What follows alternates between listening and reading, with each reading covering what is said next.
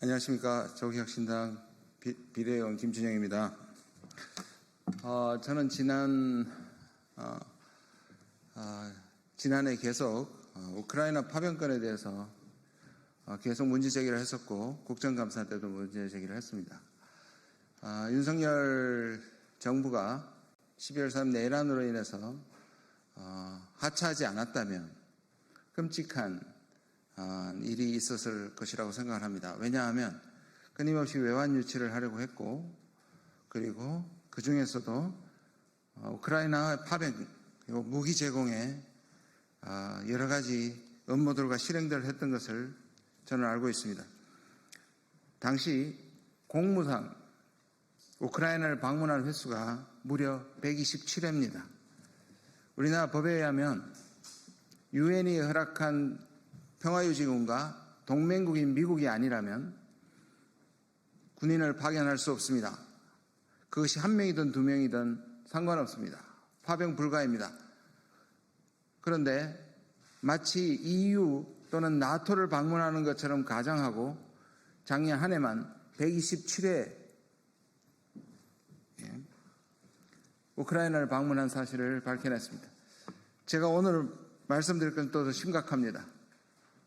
불법적으로 우크라이나의 무기를 군사 장비를 제공했던 부분을 말씀드리고자 나왔습니다. 지금 외환죄와 관련해서 북한에 무인기를 날린 사실이 점점 사실로 드러나고 있습니다. 이 부분도 분명히 밝혀져야 하고 단죄되어야 할 것으로 생각합니다. 같이 함께 기자회견 하실 분들 소개하도록 하겠습니다. 조국혁신당의 백선희 의원님이십니다.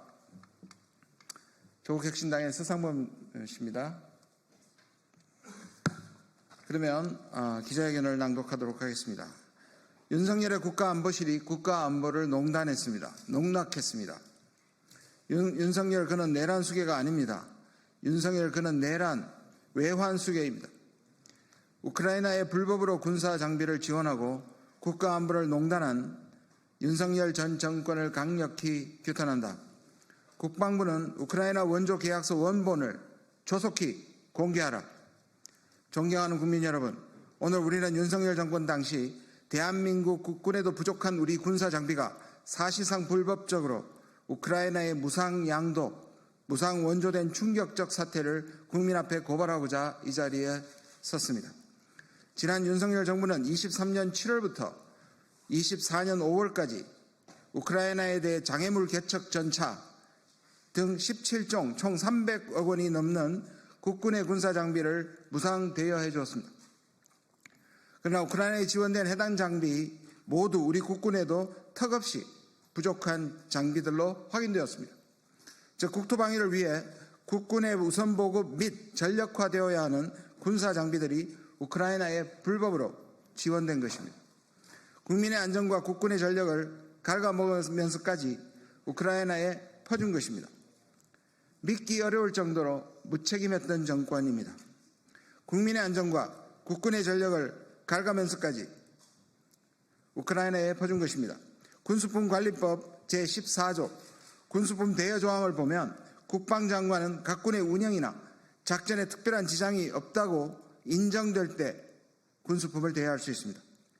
라고 명확하게 규정하고 있습니다.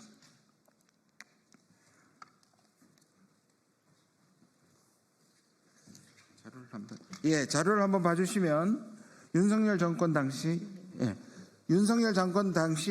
17종 장비 모두 보유율이 100%가 아닌 것을 확인할 수 있습니다. 특히 이 중 장애물 개척 전차는 기동군단의 핵심 장비임에도 불구하고 예산이 부족하여 2027년에 보급 예정이었습니다. 이런 핵심 장비를 포함해 다양한 군사 장비들이 우크라이나에 지원된 것을 확인할 수 있습니다.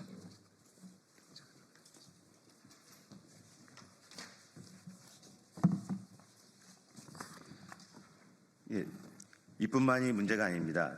더 심각한 것은 이 무상 대여 계약서에 우크라이나 측 요청이 있으면 반납을 면제할 수 있다는 면제 조항이 들어있다는 점입니다. 즉 계약의 형식은 대여 계약이지만 반납 면제 조항을 추가하여 실상은 무상 양도, 무상 원조인 것입니다. 권한없는 안보실에서 국가재산을 몰래 빼돌린 위장 계약이었습니다. 실제 국방부에서도 우리 장비의 반환이 어려울 것 같다는 점을 인정했고 계약된 장비 모두 이미 불용 및 재산 삭감 처리가 완료된 것을 확인하였습니다. 즉 처음부터 반납받을 계획은 없었으며 한 발 더 나아가 국가재산 목록에서 삭제한 것입니다. 윤 전 정권과 안보실 관련자들은 국가안보는 뒤로 하고 국민 몰래 법 위에 서서 300억 상당의 국군 장비를 우크라이나에 무상으로 퍼준 것입니다. 헌법 제60조를 보면 국회는 상호 원조 또는 국가의 중대한 재정 부담을 초래하는 사안에 대해 동의권을 가진다라고 규정하고 있습니다. 이 사안은 국회 통제권을 우회하고 법적 절차를 조작한 중대한 헌법 위반입니다. 헌법과 법률이 정한 권한을 넘어 비공개 회의실에서 국가안보를 최우선으로 해야 하는 국가안보실이 국가안보를 농단한 것입니다. 처음부터 무상 양도를 계획하였으나 군수품관리법 제13조와 15조의 양도 조건인 군수품에 대한 불용 처리 절차 해결이 불가하니 무상 대여를 통해 위장 계약을 설계한 책임자는 누구입니까? 인도적 차원에서의 우크라이나 지원 마음으로는 이해할 수 있습니다. 그러나 어떤 법률이 그 근거가 되는 것입니까? 국가 차원의 모든 결정은 법률 안에서 결정되어야 하는 것이 아닙니까?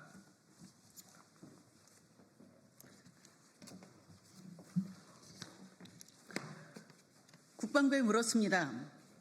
우크라이나에 지원하여 보충되지 못한 우리 장비에 대해 어떻게 채울 것이냐? 예산은 어떻게 처리할 것인가? 국방부는 답했습니다. 5100 프로그램 정책 기획 및 국제협력 예산을 통해 기재부 그리고 국회에 요청하는 것 말고는 방법이 없다고 합니다. 윤석열 전 대통령이 법을 무시하며 우크라이나에 퍼준 300억 원의 군사 장비를 다시금 우리 세금으로 메꿔야 한다는 것입니다. 정말 개탄스러운 일입니다. 국군 창설 이래 교전 및 전쟁 중인 국가에 대한 군사 장비 대여는 최초였습니다. 그 이유를 생각하면 답은 간단합니다. 동맹국을 제외하고 전쟁 및 분쟁 중인 국가에는 그 어떠한 군사 장비 원조가 불가하기 때문입니다. 가능하다 하더라도 그 권한은 국회에 있기 때문입니다. 그러나 윤석열 정권 반환 면제 조항까지 추가하며 위장 계약까지 대한민국 건국 이래 국군의 창설 이래 최초의 최초 기록을 세웠습니다. 윤석열 전 정권의 무책임하고 위법적인 무상 원조는 결코 묵과할 수 없습니다. 이 사건은 국가안보와 법치를 훼손한 심각한 범죄이며 반드시 책임자들에게 법적 책임을 물어야 합니다. 국방과 안보의 최후 보루는 법과 상식입니다.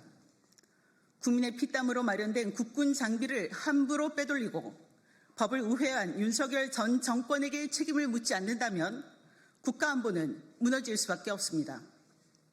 아니 이미 무너진 것은 아닐까 상당히 걱정스럽습니다. 국민을 대표하는 국방위 위원으로 그리고 국민의 한 사람으로서 국민과 함께 끝까지 진실을 밝히겠습니다. 감사합니다. 네, 저희는 이 문제를 계속 추적할 것입니다. 네, 이상 기자회견을 마치겠습니다. 감사합니다.